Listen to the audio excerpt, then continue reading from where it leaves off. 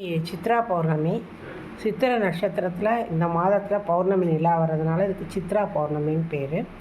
இதுக்கு நிறைய சிறப்புகள் உண்டு. இன்றைக்கி புத்த பூர்ணிமான்னு சொல்லுவாங்க. அதே மாதிரி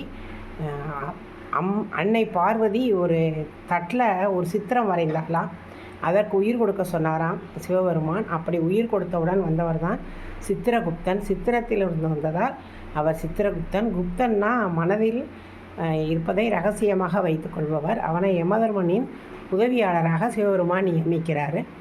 அதனால் அவர் நம்முடைய பாவ புண்ணிய கணக்குகளை எழுதி அந்த புண்ணியத்துக்கு ஏற்ற மாதிரி இம்மையில் வாழும், பாவத்துக்கு ஏற்ற மாதிரி மறுமையில் நமக்கு தண்டனையும் பரிசும் கொடுப்பார்.